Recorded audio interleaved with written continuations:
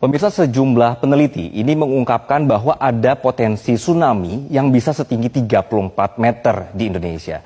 Ini berarti prediksi ketinggian tsunami melebihi tsunami Aceh. Nah, ada penulis utama dari BMKG, Pepen Supendi, dari penelitiannya mengungkap bahwa potensi ini berkaitan dengan tingkat kegempaan yang tinggi, yang di dalam, serta juga di wilayah Jawa Barat dan juga Sumatera yang merupakan akibat dari pertemuan lempeng Indo-Australia dan juga subduksi di bawah lempeng Sunda. Nah, ini ada datanya di sebelah saya ini. Jadi ini ada temuan ya, pemirsa. Jadi ini benar-benar nyata, jadi bukan ada hasil rekayasa. Jadi mereka sudah berkumpul dalam penelitian ini. Terdapat sejumlah ahli kegempaan dalam negeri, ada Dwi Kora Karnawati, kemudian juga ada dari Tato Yatimantoro, dan juga Daryono dari BMKG, dari BRIN juga ada, termasuk dari University of Cambridge juga ikutan di sini, termasuk dari BNPB.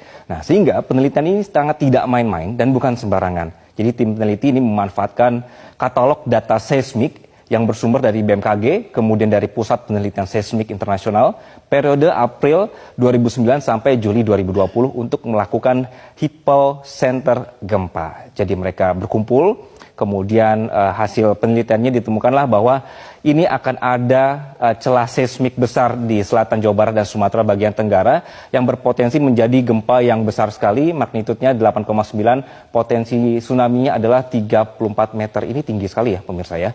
Nah, sebenarnya jika kita berbicara soal megatrust, jika dilihat dari definisinya, megatrust ini adalah kondisi pecahnya batas lempeng yang terjadi di bidang kotak dua lempeng tektonik yang bertemu di zona subduksi.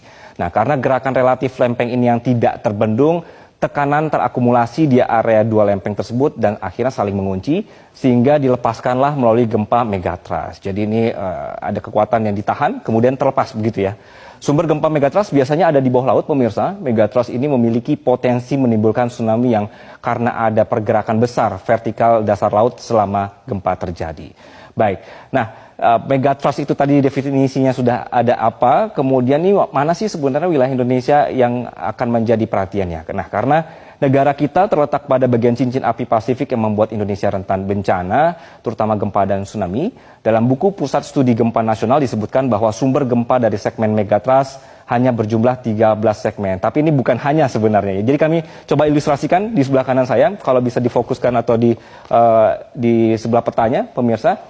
Jadi ini adalah segmentasi megatrust di Indonesia, ada beberapa. Satu adalah ini barat Sumatera, ada 6 segmen. Kalau misalnya kita bisa lihat di sebelah sini pemirsa ya.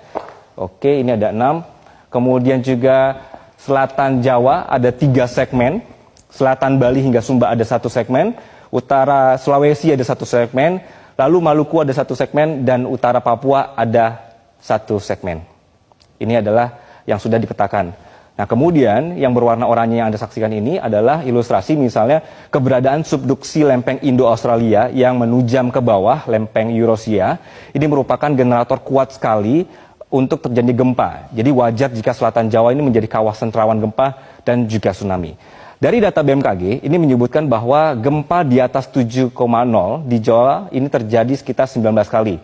Kalau dihitung dari tahun 1840 sampai 2006. Dan kalau tsunami-nya sendiri ini ada 5 kali sudah pernah terjadi.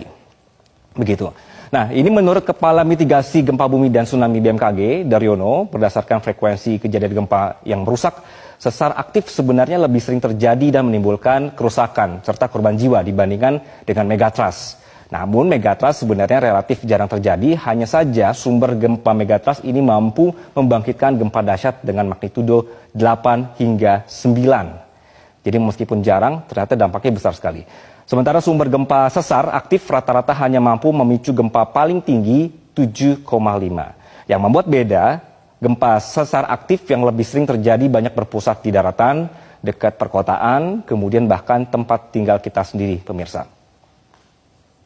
Begitu. Oke, jadi ini adalah potensi skenario terburuk ya pemirsa. Jadi bukan prediksi yang akan terjadi dalam waktu dekat. Sehingga kapan terjadinya ini tidak ada satu orang pun sebenarnya yang tahu. Untuk itu dalam kondisi tidak pasti kapan terjadi ini, kita semua harus melakukan upaya mitigasi. Dan penelitian ini sebenarnya bukan untuk membuat kita takut atau membuat kita panik. Sudah cukup banyak sebenarnya peristiwa bencana ini di masa lalu. Jadi kita perlu untuk terus mempelajarinya untuk meminimalisir dampak dari megatrust itu sendiri. Sekali lagi karena kita tinggal di negara yang alamnya subur namun juga rentan bencana, pemirsa, sudah pasti bencana ini akan terjadi. Tinggal kita yang harus beradaptasi. Jadi oleh karena itu orang-orang yang meneliti peristiwa ini juga orang-orang yang sangat paham di bidangnya, sehingga kajian-kajian seperti ini diperlukan untuk memberikan rekomendasi ke kita, ke pemerintah soal apa yang harus kita lakukan ke depannya, begitu. Nah, itulah kenapa setiap ada kajian seputar bencana, ujung-ujungnya sudah pasti akan membahas mitigasi bencana. Nah, sudah siap belum seandainya ini amit-amit begitu ya, seandainya terjadi potensi tsunami 34 meter ini. Nah, gunanya penelitian ini juga membuat kita punya rencana penanganan bencana. Namun apakah dari pemerintah juga siap, kemudian juga bagaimana dengan pemerintah di daerah, apakah sudah satu frekuensi soal penanganan bencana. Inilah yang kemudian disampaikan pakar tsunami BRIN, Ujo Kongko, yang menyatakan bahwa, ini ada pernyataannya ya, kita perlu review kembali dokumen rencana kontingensi dan juga rencana operasi, peta-peta jalur evakuasi, kemudian juga sistem peringatan dininya untuk mitigasi tsunami, terutama di daerah-daerah pesisir Jawa dan Sumatera. Nah, jika kondisinya saat ini sudah ada permukiman manusia di daerah pesisir, bagaimana kemudian kita mengatur tata ruang dan pergerakan saat tanda-tanda tsunami muncul? Inilah butuh fokus pemikiran juga untuk kita menjadi sigap terhadap bencana, begitu. Dan yang terpenting, pemirsa, ini juga harus kita semua sebenarnya harus mau meluangkan waktu untuk tahu langkah-langkah kalau misalnya terjadi dalam atau terjebak dalam kondisi darurat itu seperti apa.